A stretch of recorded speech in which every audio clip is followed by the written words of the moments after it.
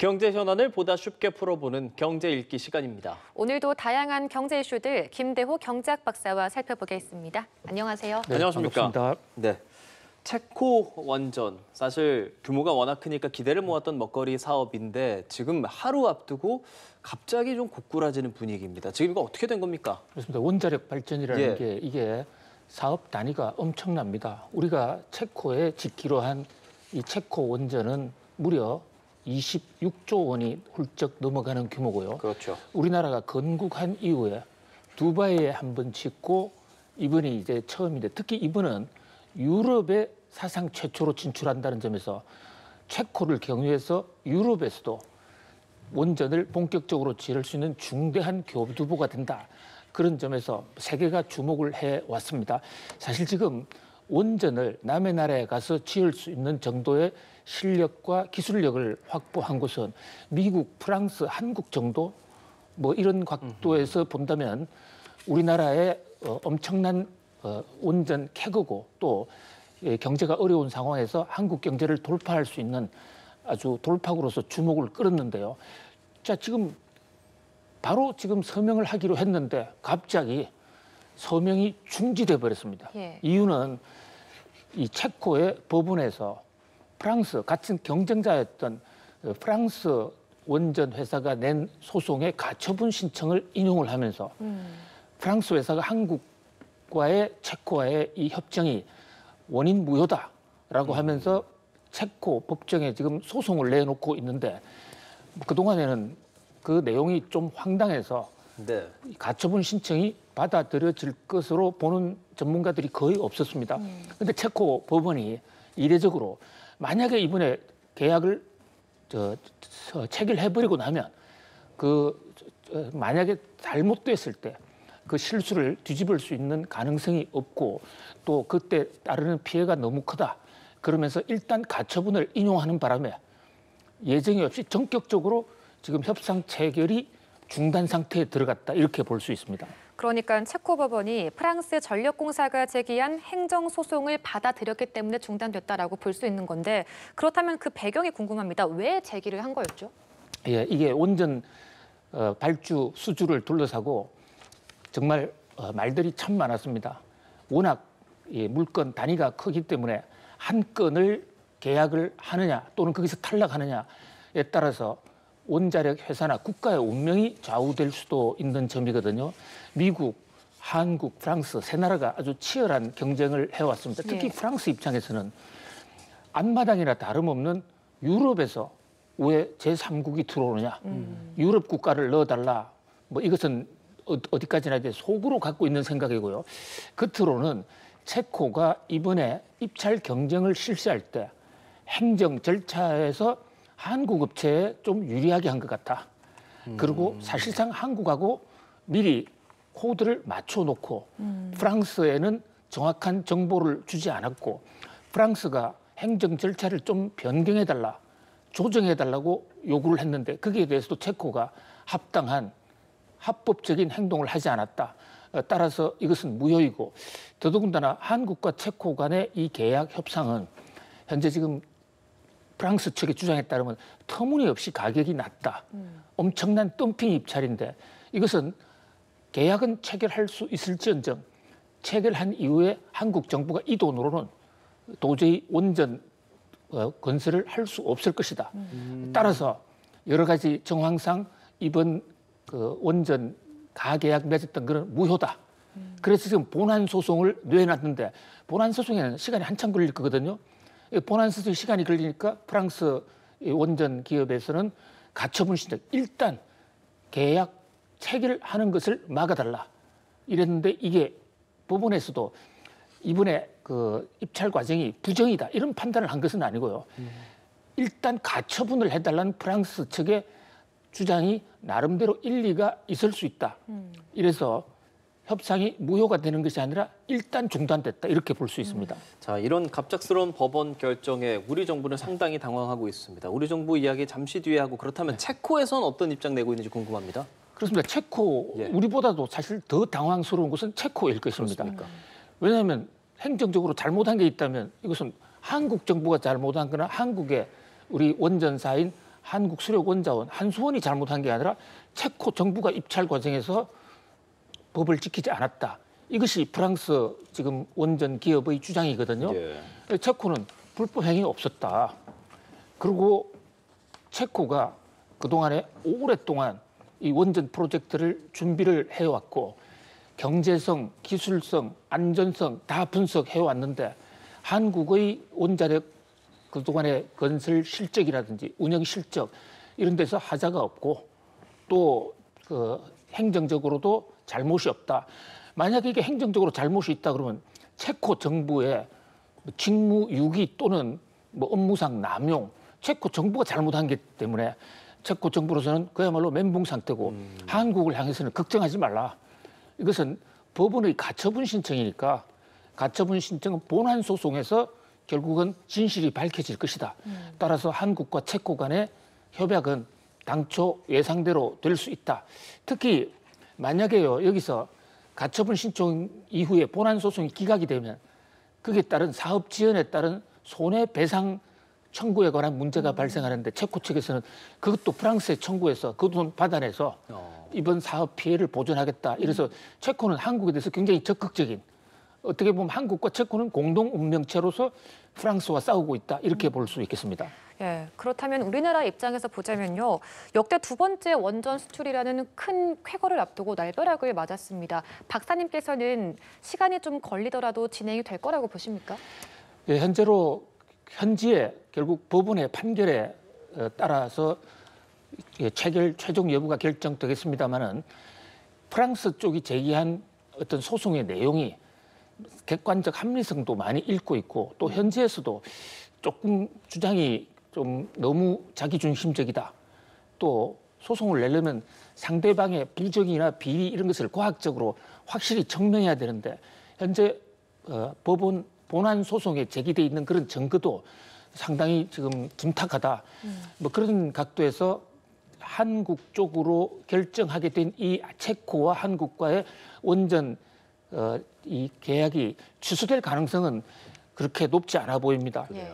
그런데 문제는 이게 시간입니다. 시간은 바로 돈이거든요. 이자도 나가게 되고 각종 금융 비용이 있는데 계속해서 늦어지거나 또 본안 소송에서 2심 판결, 대법원 판결 이렇게 길어지면은 우리 입장에서는 사업 계획이 전반적으로 꼬일 가능성이 있고요. 특히 우리는 이 체코 원전을 따내기 위해서 미국의 웨스팅하우스에다가 엄청난 양보를 했거든요. 처음에는 미국의 웨스팅하우스가 한국이 우리 기술을 빼갔다. 체코 정부를 향해서 계약하지 마 해서 소송을 제기했었어요.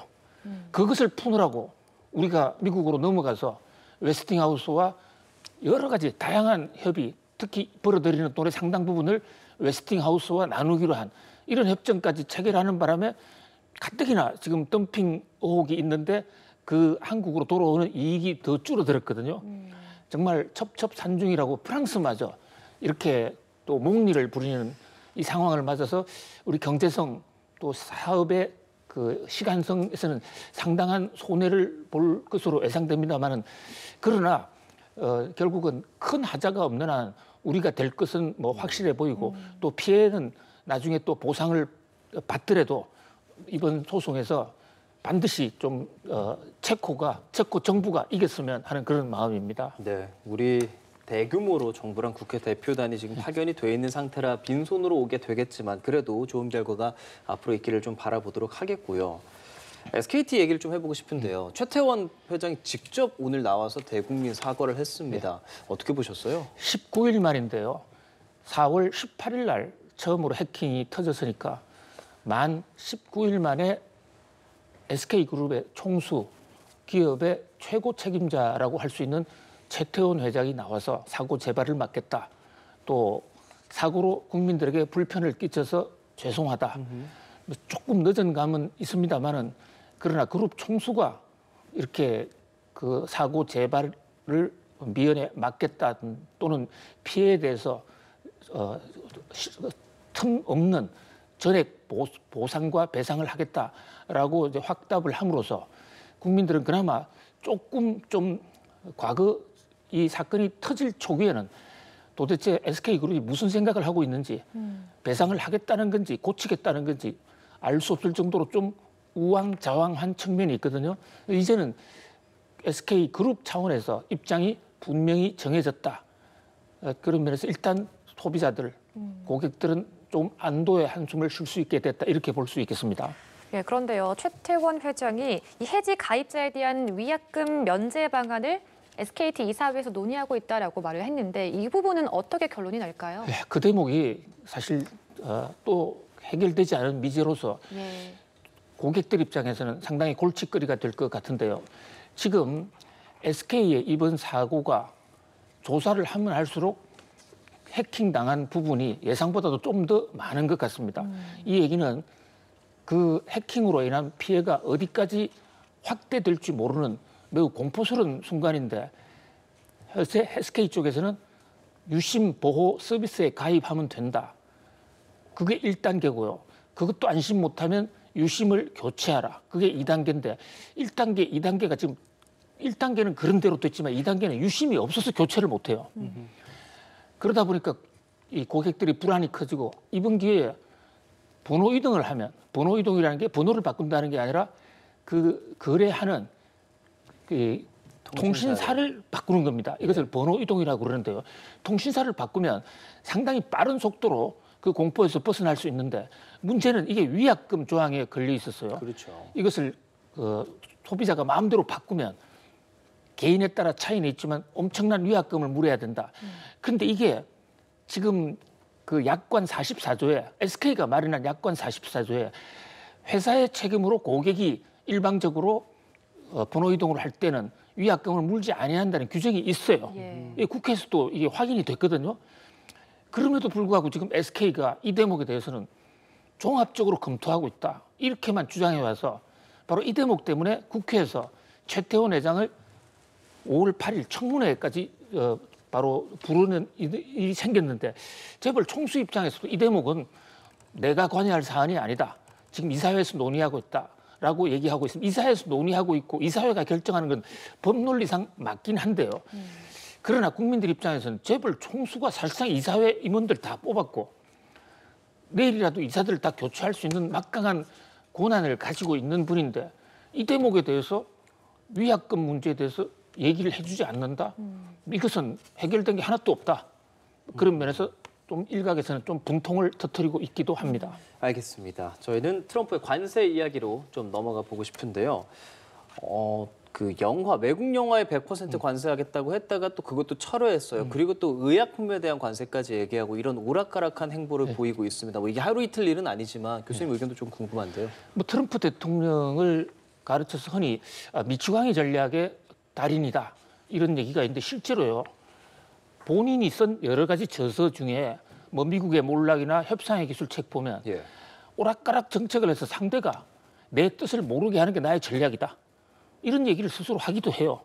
그런데 이번에 영화 부분에 대해서는 100% 관세를 때리기로 했다가 사실 본인이 의도적 미추광이가 아니라 뒤늦게 몰라서 결과적 미추광이다. 이렇게 볼 수 있습니다. 뭐냐면 관세를 때리면 미국 국민들이 좋아할 줄 알았는데 미국의 영화 팬들이 지금 미국에도 외국 영화가 엄청나게 많이 들어오는데 아니 우리 영화비 올라가는 거 아니야? 티켓값이. 그렇습니다. 티켓값이 올라간다. 예. 그래서 비판의 소리가 아주 들불처럼 끓었거든요. 그래서 황급하게 수습하는 이런 모양새고요. 또 지금 의약품 대목은 이것은 트럼프 대통령이 오랫동안 아주 야심적으로 추진해 왔습니다. 그런데 왜 트럼프 취임과 동시에 또는 4월 2일 날 다른 업종들 대대적인 관세 폭탄을 때릴 때 의약품을 놔뒀냐. 이게 법의 절차상 피해가 입증이 돼야 되는데 그동안에 미국의 보건복지부를 통해서 피해를 거의 입증했다. 그래서 이제 또 한 번에 사실 좀 우리로서는 아픈 폭탄이 하나 터질 것으로 보입니다. 의약품은 우리나라가 미국에 가장 많이 수출하는 나라 중에 하나고 우리나라의 의약 산업에서 미국 수출 비중이 굉장히 높거든요. 이게 관세율이 정확하게 어떻게 나올지는 모르지만 폭탄이 터진다면 자동차 못지않게 어떤 면에서는 자동차보다도 더 큰 폭풍이 될 수 있다. 우리 재계가 잔뜩 긴장하고 있습니다. 이런 가운데 트럼프 대통령은 중국과 관련해서도 입장을 내놨는데 중국은 협상을 원하고 만나길 원한다. 또 우리는 적절한 시점에 중국과 만날 것이다라고 이야기했습니다. 미국과 중국 어떻게 보십니까? 예, 지금 트럼프 대통령이 관세 폭탄을 터뜨리고 난 이후에 중국이 미국을 향해서 미국 마음대로 해라. 우리는 우리의 길을 가겠다. 마이웨이. 그래서 만나지도 않고 전화도 하지도 않고 완전히 미국과 중국의 좀 고위 레벨의 공식적인 채널이 지금 끊어져 있는 상태예요. 예. 물론 물밑에서는 작업을 하겠지만 그러다 보니까 지금 더 다급해진 게 트럼프 대통령입니다. 트럼프 대통령은 중국에 지금 관세 145%를 때려놓고 있는데 그렇게 관세 때리면 둘 다 망한다는 걸 너무나 잘 알아요. 그래서 관세 폭탄 때려놓고 만나서 이거 양보해 줄 테니까 중국도 양보해 협상하겠다고 했는데 시진핑 국가주석이 우리 안 만나 이러니까 좀 트럼프 대통령이 몸이 더 달아 있습니다. 그런데 이 대목에서 최근에 미국과 중국 간에 아주 미묘한 기류 변화가 읽힙니다. 완전히 중국이 지금 입장을 바꾸지는 않았는데 미국 측 관측에 따르면 스위스에서 미국과 중국 측이 한번 만나보자. 예. 그래서 스위스 회담이 성사될 가능성이 있고요. 중국도 사실 이 관세 전쟁을 계속 오래가면 145% 관세를 맞으면서 6개월 내지 1년을 버티게 되면 중국에서 실업자가 5천만 명 이상 늘어납니다. 그런 각도에서 어떤 그 치킨 게임에서 차가 충돌하기 전에 살짝 내리는 것처럼 그런 어떤 움직임이 있지 않나. 최근에 지금 환율이 급격하게 우리나라 환율이 떨어졌는데요. 예. 이것도 중국과 미국이 환율 부분에서까지도 합의할 수 있다는 그런 국제 외신들이 나오면서 환율도 지금 요동치고 있거든요. 물론 여기도 많은 곡절이 있을 거고 하루아침에 해결은 안 될 것입니다. 예. 그러나 큰 관점에서 대화하는 쪽으로 방향을 조금 틀고 있지 않느냐?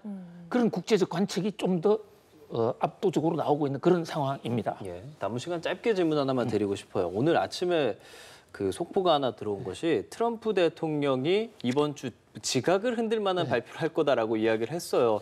무역 관련된 건 아니라 그랬는데 혹시나 뭐 전문가들 사이에서 짐작가는 거 좀 있습니까? 그렇습니다. 이게 일단 무역이 아니다 그러면 관세도 아니다는 얘기인데요. 경제 통상과 관련된 획기적인 일, 지금 현재 가장 획기적인 일은 중국과의 대협상 타결. 이게 가장 큰 일인데 예. 현재로서는 경제 문제는 일단 아니라고 부인을 하고 있는데 워싱턴의 현지 전문가들 입장에서는 외교적 문제가 아니겠는가. 러시아와의 관계라든지 우크라이나와의 전쟁에 대한 급속한 휴전 뭐 이런 여러 가지 얘기가 나오는데 그러나 이 대목들도 경제와 직간접적으로 굉장히 영향을 주고 있기 때문에 그렇겠죠. 서로 관세가 아니더라도 본인이 자랑을 할 정도로 지금 앞장서서 곧 놀랄만한 소식을 발표한다. 이게 놀란다는 게 좋아서 놀라는 게 있고 정말 쇼크를 받아서 놀라는 게 있는데 어닝 서프라이즈 쪽으로 좋은 놀람이 됐으면 하는 그런 바람입니다. 예. 예, 그렇습니다. 자, 어떤 발표일지는 모르지만 발표 나면 그때도 박사님께서 좀 편하게 전해주시죠. 경제 읽기 함께했습니다. 김대옥 경제학 박사였습니다. 고맙습니다. 감사합니다.